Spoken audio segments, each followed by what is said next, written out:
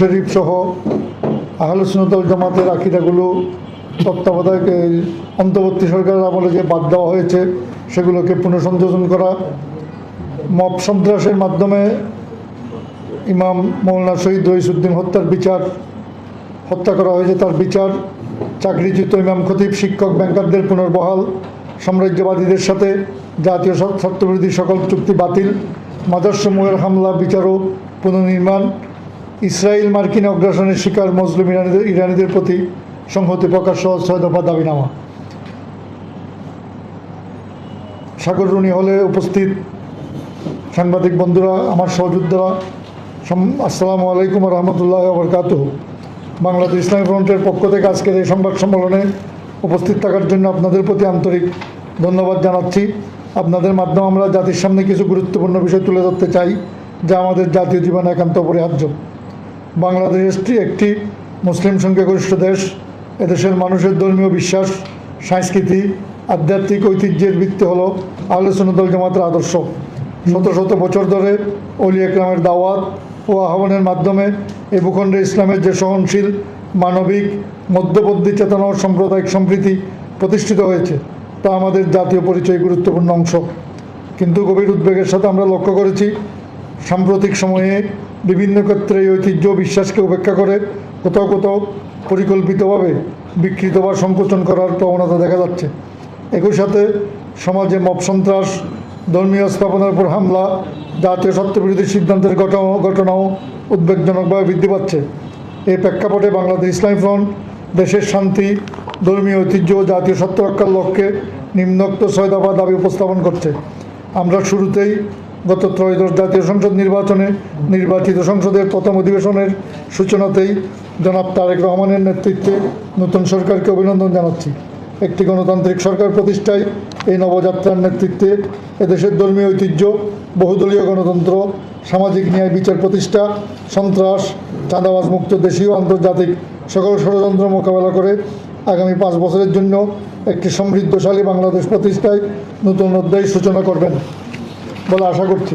পাশাপাশি বিরোধী দলকে অভিনন্দনের সাথে আহ্বান জানাবো, দীর্ঘদিন পরে জাতীয় সংসদে একটি শক্তিশালী বিরোধী দল হিসাবে গঠনমূলক ভূমিকা পালন করে দেশে গণতন্ত্র প্রতিষ্ঠায় ঐতিহাসিক অবদান রাখবেন।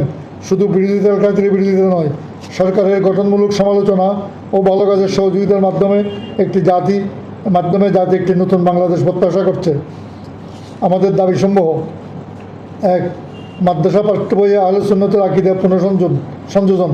মাদ্রাসা শিক্ষা বোর্ডের আকায়েদ ও ফিকহ বিষয়ক পাঠ্যপুস্তকে মদিনা শরীফের জিয়ারত সহ ইসলামের মূলধারা আহলে সুন্নাত ওয়াল জামাতের বিশুদ্ধ আকীদা পুনঃসংযোজন করতে হবে। আমরা উদ্বেগের সাথে বলতে চাই, অন্তর্বর্তী সরকারের আমলে দীর্ঘদিন যাবৎ এদেশের পাঠ্যপুস্তকে মাদ্রাসা শিক্ষা বোর্ডের 8ম, 9ম ও 10ম শ্রেণীর বই থেকে মদিনা শরীফের মহানবী সাল্লাল্লাহু আলাইহি ওয়াসাল্লামের জিয়ারত, রাসূলুল্লাহ সাল্লাল্লাহু আলাইহি ওয়াসাল্লামের উসিলা গ্রহণের মতো সুপ্রতিষ্ঠিত আমলসমূহ রহস্যজনকভাবে বাদ দেওয়া হয়েছে।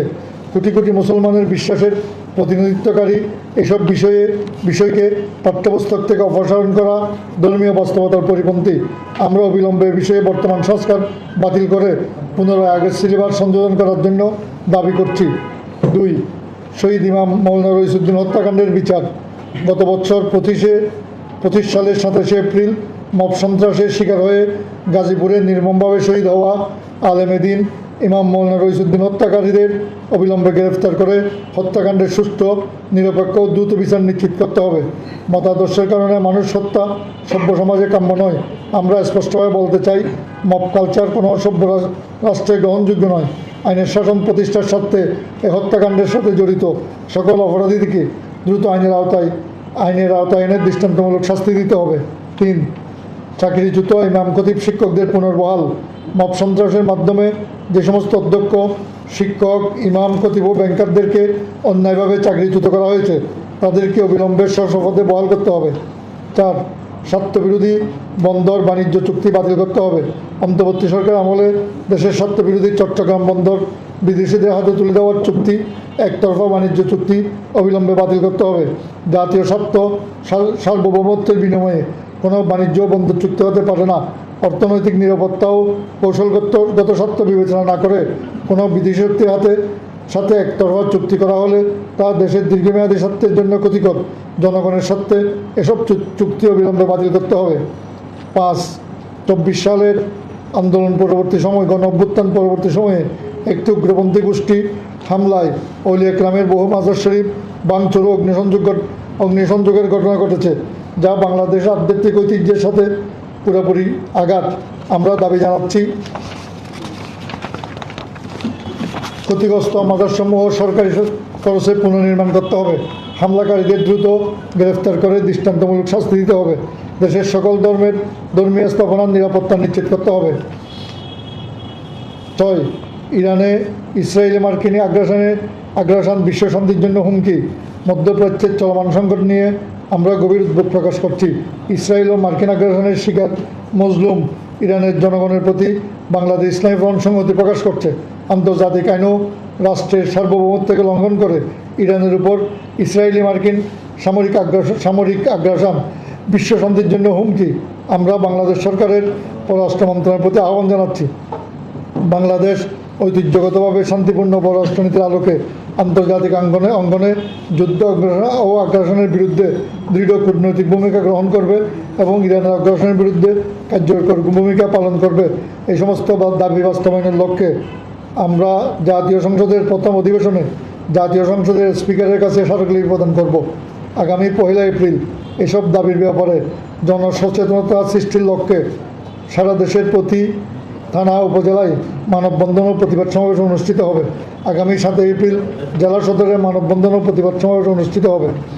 বাংলাদেশ ইসলামী ফ্রন্ট দৃঢ়ভাবে বিশ্বাস করে এদেশের শান্তি, সম্প্রীতি, স্থিতিশীলতা রক্ষা জন্য সহনশীল, মধ্যপন্থী ও আউলিয়া কেরাম প্রবর্তিত উদার ইসলামী আদর্শকে সমুন্নত রাখা অপরিহার্য। আমরা সরকার ও সংশ্লিষ্ট কর্তৃপক্ষের প্রতি দাবি জানাচ্ছি, উপযুক্ত দাবিসমূহ দ্রুত বাস্তবায়ন উদ্যোগ গ্রহণ করুন। অন্যথায় দেশের ধর্মপ্রাণ জনগণকে সাথে নিয়ে বাংলাদেশ ইসলামী ফ্রন্ট শান্তিপূর্ণ গণতান্ত্রিক আন্দোলনের কর্মসূচি পালন করবে। আল্লাহ তাআলা আমাদের প্রিয় মাতৃভূমিকে শান্তি, স্থিতিশীল, ন্যায় বিচারের পথে পরিচালিত করুন। আমাদের আহ্বানে সাড়া দিয়ে আপনারা যারা আসছেন সবাইকে ধন্যবাদ ও কৃতজ্ঞতা জ্ঞাপন করছি।